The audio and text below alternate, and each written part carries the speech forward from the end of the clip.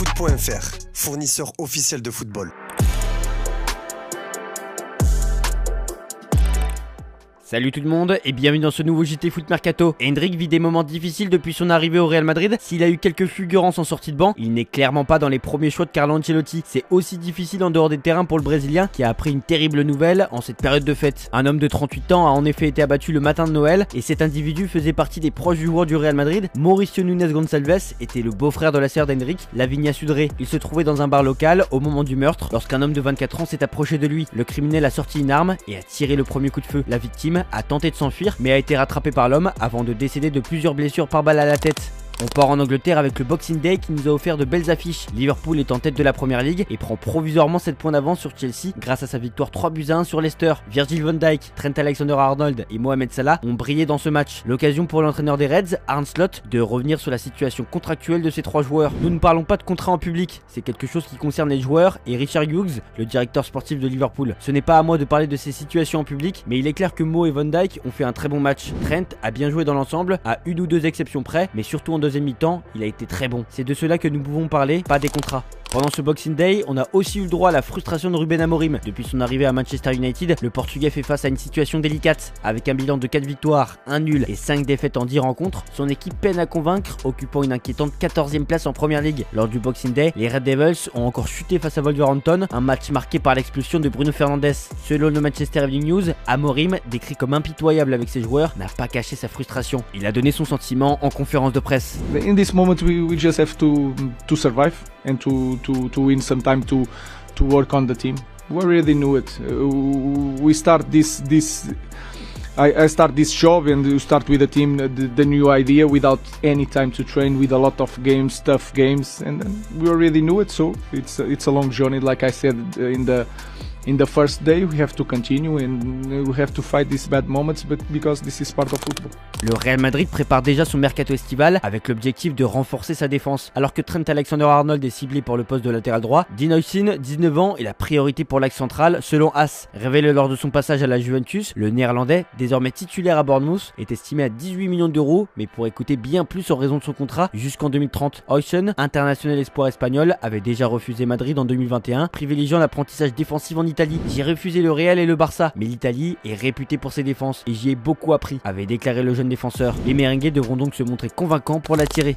C'est la grosse info de la journée, la justice espagnole refuse l'inscription de Dani Olmo. Selon Mundo Deportivo, les dirigeants catalans espéraient une décision favorable, mais le juge qui se charge du dossier en a décidé autrement. Une décision qui concerne également l'attaquant de Girona Pau Victor, qui avait été transféré définitivement au Barça l'été dernier. Selon Mundo Deportivo, les dirigeants étaient pourtant très optimistes et cette issue serait donc un véritable coup dur dans ce dossier particulièrement complexe. Ce refus met le Barça sous pression, sans licence valide, Olmo ne pourra ni jouer en Liga, ni participer à la Ligue des Champions. Pire, une clause spécifique dans son contrat lui permettrait de quitter le club libre dès janvier 2025 si aucune solution n'est trouvée. Le directeur sportif Deco, qui se voulait rassurant il y a 2 semaines, doit désormais trouver des financements en urgence pour éviter de perdre l'international espagnol gratuitement. Du côté du clan Olmo, on est confiant. El Desmarque a obtenu une première réaction de l'entourage du footballeur. Ainsi, le clan Dani Olmo assure qu'il n'y a aucune inquiétude après le refus de son inscription en Liga. Le joueur, tout comme ses proches, sont confiants et persuadés qu'une solution va être trouvée dans les prochains jours par les culés. Dans l'après-midi, la Liga a réagi au verdict et elle en a pris acte. La Liga a établi des règles d'équilibre budgétaire mettant en œuvre la compétence que lui confère la loi. L'autorisation de dépenses excessives a pour but que l'absence de longue durée ne porte pas atteinte à la compétitivité de l'équipe et non qu'une absence de longue durée permette l'inscription d'autres joueurs qui, via leur salaire, dépassent la limite fixée, comme l'était l'intention du FC Barcelone. C'est pour toutes ces raisons que la Liga se réjouit que, face à la demande de mesures conservatoires de cette nature, aucune exception ne soit faite. D'ailleurs, Manchester City et Manchester United s'intéressent déjà aux joueurs. L'agent d'Olmo a été aperçu à l'Etihad Stadium, tandis que le Barça attend le verdict d'un procès contre la Liga, prévu le 30 décembre. Un procès qui pourrait permettre l'inscription de Dani Olmo. En cas d'échec, le club explore des solutions financières, vendre des sièges VIP pour 120 millions d'euros, attirer de nouveaux investisseurs pour Barça Vision ou compter sur des garanties des dirigeants via leurs fonds propres. Une autre star du Barça pourrait plier bagages et sa destination serait déjà trouvée. L'avenir de Frenkie de Jong au FC Barcelone semble de plus en plus incertain. Sous contrat jusqu'en 2026, le millionnaire hollandais n'a pas prolongé et serait prêt à explorer de nouvelles options. Selon AS, son agent, Ali Derson, a récemment sondé le marché saoudien et discute avec des clubs de la Saudi Pro League. Bien que les échanges soient encore préliminaires, ces démarches montrent que de Jong envisage un départ de Catalogne, attiré par les salaires élevés proposés en Arabie Saoudite. AS ajoute qu'il a toujours la possibilité de continuer à jouer dans un grand championnat européen, mais qu'il n'aurait pas les mêmes avantages qu'en Arabie Saoudite. Lors des Globe Soccer Awards à Dubaï, Jorge Mendes a rassuré les fans du FC Barcelone sur l'avenir de Lamine Yamal. Il est certain que Lamine Yamal va bientôt renouveler son contrat. Il devrait rester à Barcelone. Je ne peux pas vous dire si ce sera dans un mois ou deux, mais c'est certain. La saison dernière, Lamine a été phénoménal. Pour moi et pour beaucoup, il a été le meilleur joueur du monde l'année dernière avec l'Espagne et le Barça. C'est un joueur totalement différent. Sergio Ramos, toujours sans club depuis son départ du Sevilla FC, a récemment été lié à Cruzeiro. Cependant, selon Alexandre Matos, directeur général du club brésilien, le défenseur espagnol n'envisagerait pas de rejoindre l'Amérique du Sud. D'après nos informations, il hésite à quitter l'Europe, peut-être pour l'Arabie Saoudite. Il ne pense pas venir en Amérique du Sud, sauf dans des conditions financières très favorables. Cruzeiro reste ouvert à l'accueillir, dans le cadre de sa réalité financière, mais le joueur privilégierait d'autres options. Une situation qui met en suspens les espoirs des fans brésiliens. On prend la direction de la France avec un joueur qui va faire beaucoup parler pendant le mercato hivernal. Randal Kolo Muani, laissé de côté par Luis Enrique au PSG, attise l'intérêt de nombreux clubs européens avant le mercato hivernal. L'attaquant de 26 ans, acheté 90 millions d'euros par Paris, n'est plus convoqué les jours de match malgré son professionnalisme. Selon l'équipe, l'AS Monaco, le RB Leipzig, Manchester United, la Juventus ou encore Galatasaray ont déjà sondé le PSG pour un éventuel transfert ou prêt avec option d'achat. Malgré son absence dans les plans de l'entraîneur parisien, Kolo Muani reste une cible de choix grâce à sa polyvalence et son statut d'international français, auteur de 6 buts en 2024 avec les Bleus. Plusieurs clubs anglais, le Borussia Dortmund et Naples, surveillent également la situation. Le PSG, qui espère maximiser son retour sur investissement, devra s'entendre avec un prétendant sur les conditions du deal.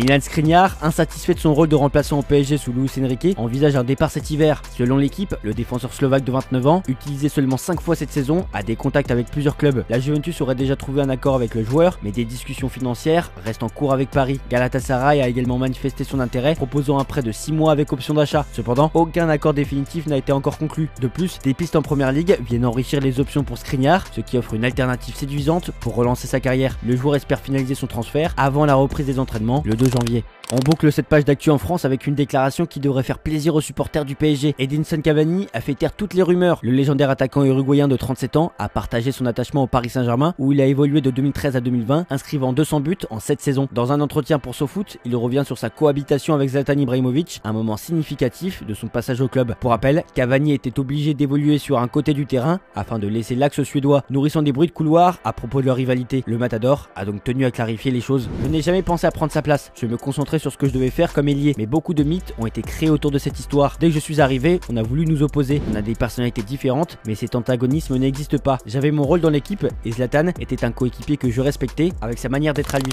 Dans les officiels désormais, Jude Bellingham a été élu meilleur joueur de la Liga du mois de décembre, une distinction bien méritée après un mois de performance exceptionnelle. L'international anglais a inscrit 4 buts et délivré 2 passes décisives en seulement 5 matchs, contribuant assurément au succès du Real Madrid. Après Eden Hazard, Francesco Totti ou encore Sergio Agüero qui ont participé à la Coupe du Monde de la Kings League, Leonardo Bonucci a rejoint la compétition créée par Gérard Piqué. L'ancien joueur de la Juventus sera le capitaine de l'équipe d'Italie pour la Kings World Cup Nations. Il sera accompagné d'Emiliano Viviano et de Francesco Caputo, ancien joueur de Sassuolo. À défaut d'être inscrit pour continuer à jouer avec le Barça, Dani Olmo s'entraîne dans un autre sport, le basketball. Et on peut dire qu'il est plutôt doué, même s'il ne peut pas s'empêcher d'utiliser ses qualités de footballeur. C'est notre image du jour, je vous remercie de nous avoir regardés et on se dit à demain pour de nouvelles vidéos sur Foot Mercato.